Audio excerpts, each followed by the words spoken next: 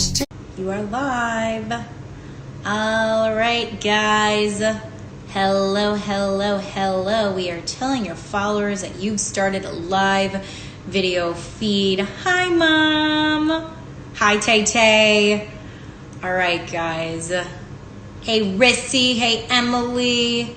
Hi, Kaylee. JC, what's up, girl? Hope you're enjoying that karaoke. I know you've been karaokeing real hard right now. Johnny, miss you, boo. All right, guys, welcome on in. Bar Talk episode number 5. Can you believe this? I know I can't. I'm so excited for everything tonight. But before we kind of get to who our guest is this evening, and before I have her join on, I just wanted to let you guys know, keep engaging in the conversation, keep talking, keep sharing. I appreciate all of the love. And I also want you guys to remember that Bar Talk isn't necessarily sports talk, okay? And there was a reason why I chose to name this Bar Talk. The beauty with Bar Talk is Bar Talk can be anything and it's everything. So nothing's really off the table. And I hope that what you guys realize through these conversations that we're having is that we have more in common with each other than we have different. And there's no better time to realize that than the universe that we're living in right now. So what am I drinking, everyone?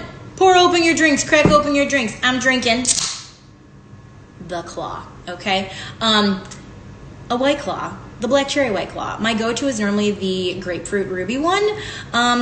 But fun fact, White Claw is not a vodka, nor is it a beer. And this is based off of my very hard journalistic Google search where I literally clicked on the first one. And according to vinepair.com, it says White Claw is a flavored malt beverage. Okay, so there's your answer, guys. It's not a beer. It's not a vodka. It's a malt beverage. So cheers, guys. Okay, so our next guest is, I can't say enough good things about her. She has a strong voice and she is a powerful storyteller. I got to meet Dorian Craft when I went to New York last summer at the New York Giants Galvanized camp. And I just adore Dorian. She has such a great way of telling stories in a way that they're honest and they're raw and they're real, that not many people can do. And I'm so happy that she's going to share a really kind of tough conversation with us tonight. Her and her husband actually just got back from Europe, hence while all this is going on. So Dorian has been quarantined for, I believe it's 10 days. We'll get that verified when she comes on. And she's going to talk to us about how she's been, dealing with this personally, the relationship with her husband, how that's going, and some of the anxiety that she's dealing with. And I'm really happy that she's going to share this with us because I think some of her very honest conversation is going to help us all. So I'm going to get her to join in. And then as she's joining on, guys, to my roommate, Carissa, okay? She just made me the most bomb burger of all time, and it was delicious. Hello! Hello, I've got my White Claw as well. I've gone with the lime, but I will tell you I've got a fridge full of ruby grapefruit over there. So you just need to make your way to Texas. We'll drink together. I need to make my way to Texas. In this household, we have black cherry and mango. I mean, we have a lot of liquor right now, but right now those are the only ones. Mango is my jam. Mango is my favorite flavor and my favorite fruit. So I'm going to have to hunt that one out. It was kind of slim pickings at the grocery store when we went because, everyone's stocking up. But we got a variety pack. So yesterday was the new point in quarantine where we started drinking officially. I love it. Well, welcome on in. So everyone, guys, cheers up and drink. Cheers.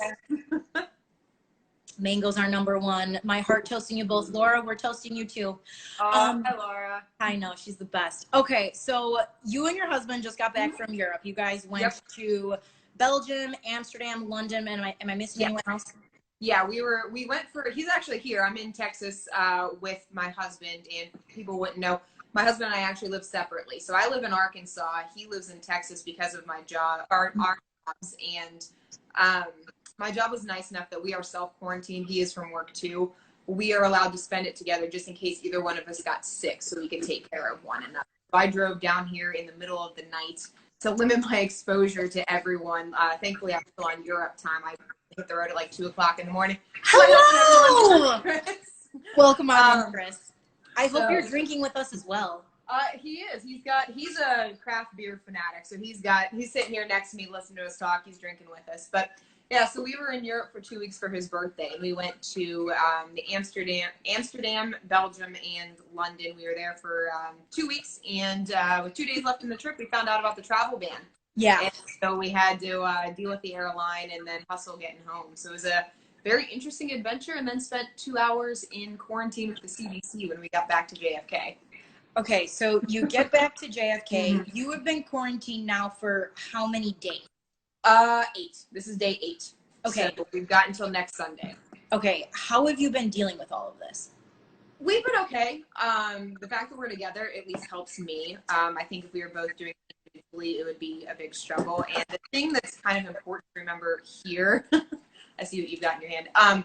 We've also been playing a lot of video games. I grew up in a non-video game household, so I've been trying to relive my childhood with Mario Kart 8. I love Mario Kart. I am terrible. So guys, if you have a Switch, let us know. We will play you. I will lose to you, but I will do it. There you go, guys. If you need to get your Switch points up, I guess yeah. you have to play Dorian. Okay, I'm your girl. I will help you out on that note. But so the thing is, we are in self-quarantine. Neither one of us had symptoms. And we all know that we can be asymptomatic, but neither one of us have had a fever, a cough, anything like that. So this is purely precautionary, just to make sure. So we've been going out. We've been doing a daily walk, about 5 miles every morning, trying to stay away from people. But other than that, staying inside. But a lot of Netflix watching, I'm working from home, so I can do that a little bit. But it's felt like 8 days, and it's felt like we've got like 10 more to go. Oh gosh, you're gonna get through it. I really appreciate you just being willing to talk about, your anxiety with me and with people who you know and some who you don't know. And you've obviously said the last 6 months have kind of been a personal struggle for you, and then you add this, which is just the thought of the unknown, the uncertainty. There's fear involved. What have you been doing that has maybe been helping your anxiety, or how have you been coping with it? So I will say this, this kind of mandatory quarantine has actually been helpful for my anxiety. My anxiety is it's stress-based, and it's derived from work. As you know, we're kind of the same. We always want to do more, take on more, show people what we can do. And that has led to me in the last 6 months, not only do I have my regular station job where I'm the weekend anchor at the CS affiliate in Little Rock, but I've also taken on doing play-by-play responsibilities for Little Rock women's basketball this year.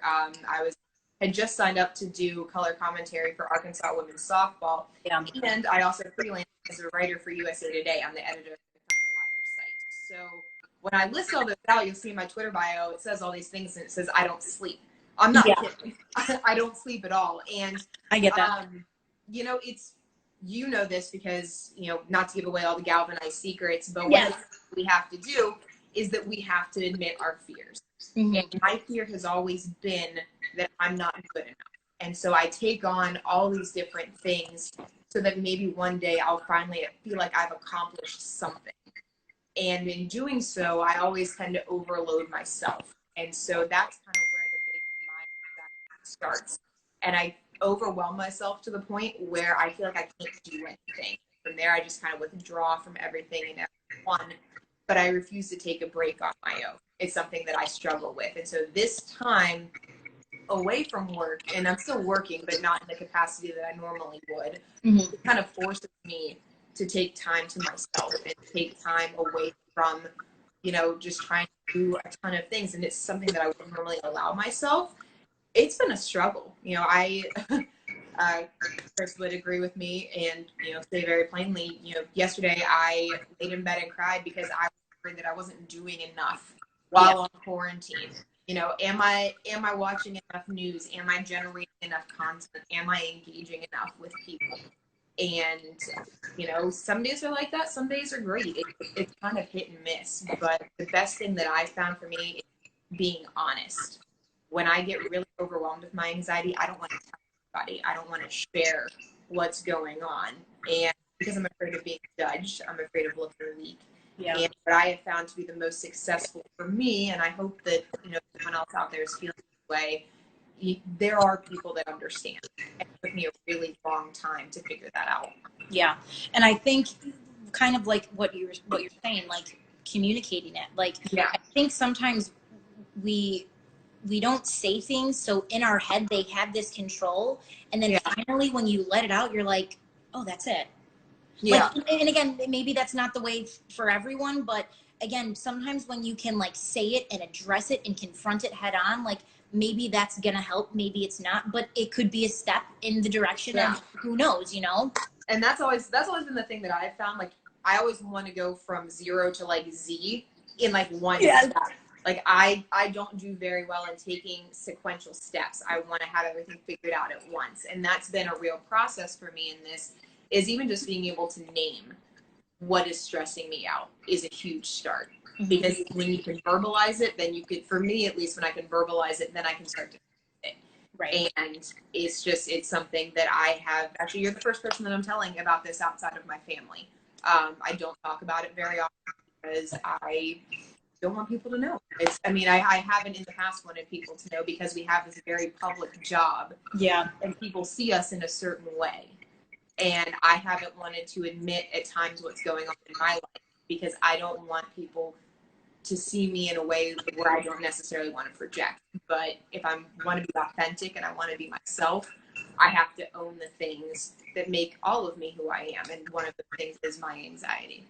I don't know if you can see the comments, so I want to say them. We have one that's saying, totally appreciate your honesty and preach Dorian. So I love it. I try to find the silver lining to everything. And sometimes it's really hard. But I think that there always is one. What has been, has there been like a best part of this situation for you?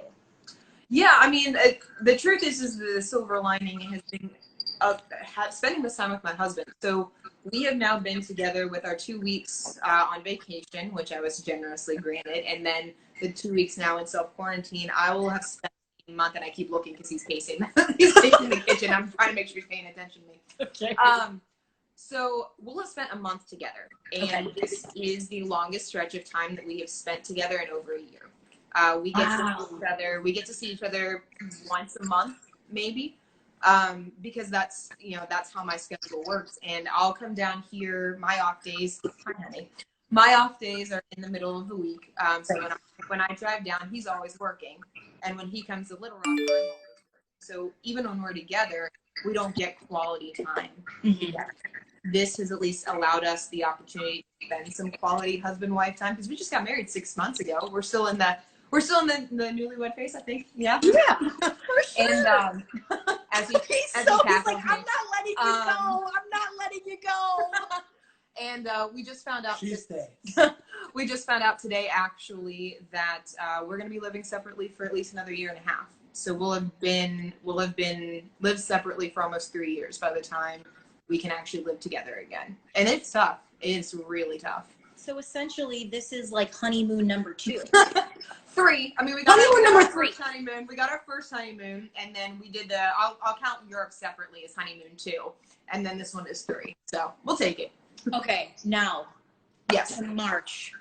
Yeah. We miss March Madness. Oh, we are all missing it. All of the sports fans. What has been your favorite March Madness memory? Ooh, there's a lot. So I'm going to take you through the whole process because obviously Duke Kentucky 92 is the worst March memory ever. Do not. So we were over in London, and I didn't check my Twitter at all. And I opened it one morning, and it was the morning that the travel ban hit, the NCAA tournament canceled. I opened it up, and I was like, yes! Things that I probably shouldn't say right now. I mean, I get why there's the need to cancel the NCAA tournament. No one's basketball game is more important than somebody's health. But March Madness, it has been my favorite since I was a kid. My parents and I always used to sit around. We'd fill out like 3 different brackets because you have to have like the first bracket, you have to have the upset bracket, and then you have the third one to like mix the two. And so there was always a big family competition. Okay. I was one. Obviously. My favorite memory is probably the 1998 national championship because I grew up a huge Kentucky basketball fan. I was born in Lexington. Like, you come out of the womb as a Kentucky basketball fan there. It is just like I am the aware. exception. Yeah. In '98, Kentucky was the 2 seed. Duke was the 1 seed. They would have had to beat Duke in the regional championship, and no one in my family picked it. They all made fun of me. Like, they're like, there's no way that's going to happen. We watched that game. I knew. I still brag about it. We watched that game. I screamed at the TV. I still remember Nazi Muhammad tying up Steve Wojciechowski for a loose ball. I was yelling, yes, Nazi, because Wojciechowski is my most hated player right behind Christian Laettner. I still hate Duke. I don't care. Like, so that is what I go back to every single time. I love that so much. I want to make a comment on here because I've been trying to pay attention to some of the comments. Guys, I have been changing every single day, okay? I have a bra on right now for you guys. I've worn this shirt like 5 days in a row. I'm not even gonna lie. But I've been just rotating my different pair of leggings. So I can't say that I'm like fully changing, but like I'm doing it for you guys. Drink whatever time you want, wear whatever you want. Everyone's at home. It's fine. Exactly. Okay. When you finally get to go back to work and do what you love and you get to tell stories, how do you think your storytelling is going to be different? That's a really good question. I think the need for connecting with people is even more important than is. Everyone will have experienced this distance. Mm-hmm. And I don't think we realize how important that personal connection is until we're missing it. It's been strange not seeing anybody out. It's really weird. And so I just think that everyone needs to take a little bit more of a personal approach. I think sometimes, when you're working in daily news and it's a grind, mm-hmm. You work on, what can I make air? We call it make air, not art. And I always try. I find the stories that I like to tell kind of more to that long form documentary style, mm-hmm. Where I get a little bit more time to kind of delve into things. But I really think that everyone just needs to take a step back and really make these personal. Everyone coming out of this is going to have a story to tell, regardless of if you're in sports, if you're a small business owner, if you knew someone that's sick, a family member. Everyone is going to have a very significant story to tell, and we need to make sure that we take the time to really listen and do their stories justice. Yeah. So I guess the come away with that is we all need to just make sure we're listening to one another. Yeah. I mean, now more than ever, communication is more important, in my opinion, because it's really the only thing we have left. Yeah. Okay. So now we're going to get to my favorite part of it, which is rapid fire questions. Okay. Oh, for a second I thought you said rap, and I was like, we're going to rap? You didn't tell me. Oh God, no. I wouldn't even know what to do. I would just be like this, I can rap you some Hamilton, but that's about it. No rapping. Rapid fire. Okay. First thing that comes to your mind. Okay. Oh God. Am I allowed to swear on this? Of course. Okay. Just making sure. Of course. That might happen. Okay. Right.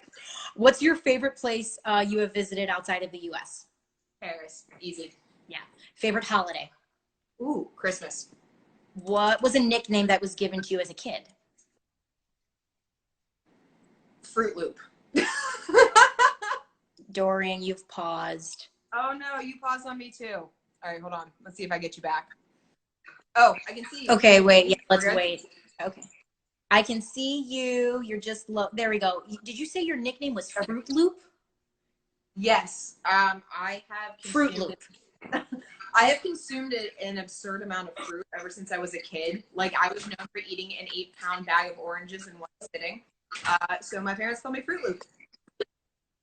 All right. Guys, let us know what your nickname was as a kid on here. Yes. I never really had one. I think my nickname was always, I was called Stretch because I grew, I've been the same size since I was 10 or 11 years old. I was going to say, I've been the same size since middle school. So, I grew to 5'5", and then I was done. Okay. What's the kindest thing a stranger has done for you? Ooh, the kindest thing a stranger has ever done for me. That's a really good question. I'm going to start using characters now. I think the kindest thing that a stranger has ever done. Oh, I know this story. Okay. And actually, it's probably a good thing my husband stepped out. So before, he knows, but. Okay. So before I was dating my husband, I was in a long-term relationship with a Marine who was stationed at Camp Pendleton. And we went through a really bad breakup where he called me one night, said he wasn't sure he wanted to be with me anymore. This was after he asked my parents for permission to marry me. Oh, wow. And then just ghosted me for wouldn't talk to me, wouldn't pick up the phone, like none of that. Then one day he called me, asked me to come out to San Diego so we could talk in person. And I got there. I was there for about 3 hours, and he said, "I don't love you anymore. I don't want to be with you." And I was stuck there for 24 hours for the next day.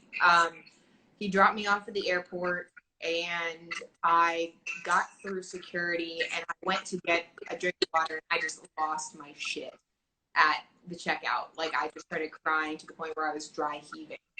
And the cashier that was working, bless his heart, because I'm sure he had no idea like what to do with this sobbing girl who couldn't even speak words. Yeah. Paid for my drink and just came and like sat me down and just kind of like rubbed me on the back and told me it was going to be okay until I finally calmed down enough to talk. It took like probably 15 minutes. But it was a real moment of human connection. Like I have no idea what his name was. I don't know. But just to see somebody in that amount of stress, it's a moment of kindness that I will never forget. I love it. Yeah, at a time where I was really super vulnerable. I love it. Okay. After having a very long day at work and you go to the bar, what do you order from the bartender? Ooh, okay. As I have gotten older, it has changed. Mm-hmm. When I was in college, it would be a double Midori sour. I drank those like water. Okay. As I've gotten older, it has progressed to Stoli blueberry and cream with Visa Block. All right. So, a little basic, but I'll own it. That's okay. Nothing wrong with that. Favorite ice cream flavor? I am a big fan of Halo Top's key lime pie. Halo Top is delicious. Yeah, the problem is I'll eat like 3 pints in one sitting, and then it completely defeats the purpose of being ice cream. I understand that. Okay, Marvel or DC Comics? Neither. Never read or watched comics growing up. I lived a sheltered life. Like we didn't have comic books. I didn't have video games. My mom was always go outside and play. So I did. I spent time shooting hoops, riding bikes, playing kick the can with my neighbors. I wasn't allowed to have any of that stuff. But even now, like, you've never watched any of the Marvels? I've watched like 1 or 2 Superman movies, but I've never watched like whatever the recent one is where they all die. I don't even know what it is. Oh my God. Okay. All right. Okay. When you finally get that French bulldog that you've been tweeting about, what will you name him or her? Woodford. We're naming it. We have agreed that we're going to name them after Kentucky bourbons. So I love it. We want a little fawn one with the black mask. We're going to have Woodford, and then Booker, and then Weller. So I've got them all lined up, and I'm still working on it, but it's been a no-go so far. Oh my God, it'll happen. Okay, so you're married, obviously. Do you and your husband have a hall pass? No. I say no. We haven't really talked about it. He does know that my celebrity crush is Justin Hartley from This Is Us. Right? Right? It's a good one. It is a good one. I know. I will go ahead and admit my female crush is Mila Kunis. Like, come on, she's awesome. Like, but we've never really talked about it. I'm gonna go that we don't have one though, because mostly I would be too jealous. Okay. All right. If you could ask God, the universe, whatever higher power you believe in, one question, what would it be?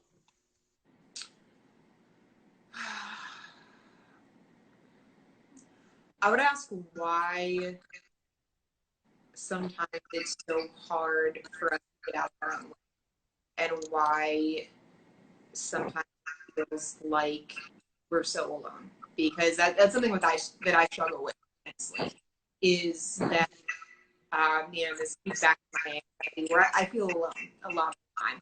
And I have the career that I want. I'm married to a great man, and sometimes it still doesn't feel like I've accomplished anything, that I have enough. It makes me feel by myself. So I would love to know why we as humans struggle with that so much, and also why sometimes we just can't seem to be self-destructive. Because if I look back across all of my biggest mistakes are ones that have been self-inflicted, and I wouldn't wish the mistakes that I've done on anybody else. Before we move on to the next question, I want to say that I've only known you for not even a year, and you are more than enough, period. Oh, well, thank you, dear. Some days I know it. Some days it's a struggle, but it's all part of the journey. It's all part of the journey. Okay, what is your dream car? Oh, a Porsche Cayenne, white with tan leather interior, even if it has a leather interior with passion. All right, guys, those who are watching, what's everyone's dream car? I want to know what everyone's dream car is. If you had one skill, what do you wish it would be? Ooh, if I had skill, I would sing. Girl, I'm a terrible singer. Like, I cannot sing. I cannot draw. Like, I can't use my left hand. Like, it's useless. It's just here for show. Like, I can't style my hair with it. Like, it's just, I am the most untalented, like, pseudo-talented person you've ever met in your life. So really quick, I'm seeing a comment, and this is from actually one of my regulars, my Thursday night regulars at the bar, and he said, we are not by ourselves, and this is proof. That is true. I think,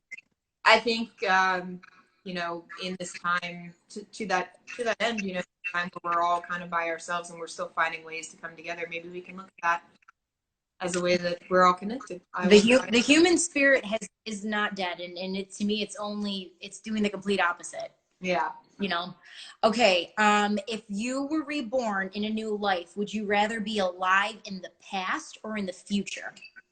I would go past. I am a really big history nerd, Okay. which is why Chris and I keep taking vacation in Europe. Like, he and I will argue about how long, like, we spend in all these monuments. Like, I would have spent 5 hours in Westminster Abbey if I could have, and walk around and, like, read everything. And he's like, let's go. Like, come on. Like, I want to go walk. And I'm like, I want to look at all the pretty architecture. And I love 1700s France. Like, I loved AP Euro history. One of my career goals was to be Indiana Jones. I wanted to be, like, an architect. Or an archaeologist and architect. I'm not drunk, I swear. If you are, I'm fine with that. If you are, airport rules. I wanted to be an archaeologist. Everyone drink, yeah. No, I really love history. There are things you'd have to give up for that, like, you know, the right to vote, and some things that wouldn't be so great, which I understand. But I'd love to know what life was like back then, and then kind of have a better understanding of how we got to where we are. Okay. Who should be my next guest? Ooh, you started with Madison, you had Jenna. Are you looking to stay within Galvanize or go anywhere? Anywhere. Why do you ask such good questions? You know who I would love to hear from, and I know she's one of our Galvanize sisters, Danielle McCartan. Danielle has such a good story. And, you know, we talk about decisions and overcoming things, and she has made the career that she has right now with her radio show and the podcast. That girl has made it happen. Yeah. And I'm so proud of her. I think her would probably resonate with a lot of people. Yeah, that's true. I know she was in here. Yeah, I thought she was in here. Danielle, I'm nominating you. Okay, Danielle, you've been nominated. Okay, when this is all over, what's the first thing you're going to do? My quarantine? Yep. I'm going to the gym, girl. I'm going to get so fat. It's so bad. It is so bad. I just spent 2 weeks, like, eating everything I could get my hands on. Oh my God. Europe, which was delicious. But I had every intention of coming back and, like, hitting the gym hard and, you know, going and covering March Madness. And now, like, I can't go anywhere. And, you know, he made stuffed shells yesterday and I ate 2.5 helpings. Like, this is what my life is right now. So. I love it so much. I love it so much. Going straight to the gym. Okay, so we're going to end with a toast, and this toast is a little bit different. Okay. I've been reading this book, and literally before we got on, I went to the bathroom to read a chapter, and something in You Are a Badass resonated. Done. I feel like I need that. Okay, so everyone drinks up, glasses up, bottles up, whatever it is. And from You Are a Badass, it says, when it comes to the creatures you love and the things you love and the life you love, what on earth could possibly be more important than soaking them up right now while you still have the opportunity? So Oh, to that extent, no matter how you love, just tell the people you love that you love them. I love you, girl. Love you too. All right. Dorian, I appreciate you Of course. so much for coming on and being so Thank you for honest. having me. Guys, I hope you took some amazing stuff away from Dorian, and we will talk soon. I'm going to let you go, but guys, hang on. I'm going to just close up here, okay? Dorian, thanks again, girl. Bye. Bye. All right, guys. I hope you loved that conversation as much as I did. I swear, I adore that girl so much. And I can tell you who our next guest is for tomorrow. Okay, he's on here. We're having Bobby Phillips on, guys, okay? This man is the king of quarantine content. I have been laughing my rear end off so hard because of his homemade meals. And I'm going to put homemade in air quotes, okay? So tune in tomorrow. It's going to be so much fun. Bobby, I hope you're excited. I know I'm excited. We are going to have a blast. Guys, thank you again, and I'll see you tomorrow. Everyone take care and drink responsibly, okay? Bye, guys.